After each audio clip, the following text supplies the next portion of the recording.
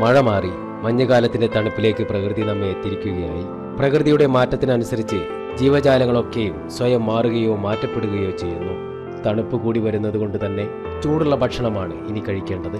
അതുകൊണ്ട് തന്നെ കഴിഞ്ഞ 6 മാസമായി മണ്ണിനടിയിൽ ചൂട് നിറച്ചുള്ള കിഴങ്ങുവർഗ്ഗങ്ങൾ പുറത്തിറങ്ങി തുടങ്ങി. മലയാളിയുടെ സ്വന്തം കിഴങ്ങായ കപ്പ നിത്യവസന്തമായി നിൽക്കുന്നുണ്ടെങ്കിലും മഞ്ഞുകാലത്ത് തീന്മേശയിലെ രാജാക്കന്മാരാകുന്നത് കൂർക്കയും ചേമ്പും തന്നെ. ഇനിയുള്ള 2-3 മാസങ്ങൾ കൂർക്ക ഉപ്പേരിയോ ചേമ്പ് കറിയോ ഇല്ലാത്ത മലയാളിയുടെ വീട് ഉണ്ടാവാൻ സാധ്യത കുറവാണ്. കൂർക്ക വിപണിയിലെത്തിക്കാൻ മെനക്കെടുന്ന കർഷകർ ഇതേപ്പറ്റി പറയുന്നത് ഇങ്ങനെയാണ്. കൂർക്കയും ചേമ്പും വിൽക്കുന്ന കച്ചവടക്കാരും ഇതേക്കുറിച്ച് പറയുന്നു. ഏതായാലും മഞ്ഞമാസത്തിന്റെ ശീതളിമ കൂടി തിരുവാതിര എത്തുമ്പോഴേക്കും ചക്കരക്കിഴങ്ങ്, കൊള്ളിക്കിഴങ്ങ്, കാവത്ത് തുടങ്ങിയവ ചേർന്ന് പുഴുക്ക് ഭക്ഷണ വിഭവമായി മാറുന്നു. ഇതിനൊപ്പം കൂവ കൊണ്ട് തീർക്കുന്ന പായസം കൂടിയായാൽ മലയാള തനിമ നിറച്ചാർത്താകുന്നു.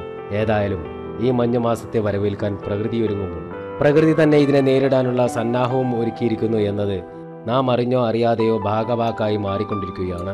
പുതിയ കാലത്തിന്റെ ഭക്ഷണ സംസ്കാരത്തിന്റെ ഭാഗമായി ഷവർമയും അൽഫാമും ചിക്കൻ ബ്രോസ്റ്റും മട്ടന്റെയും പുതിയ വിഭവങ്ങൾ വിപണിയും മനസ്സും കീഴടക്കുമ്പോൾ പുതിയ തലമുറയ്ക്ക് നമ്മുടെ കൂർക്കയും ചേമ്പും മറ്റും നഷ്ടപ്പെട്ടുകൊണ്ടിരിക്കുന്നു എന്ന യാഥാർത്ഥ്യം നിലനിൽക്കുന്നു.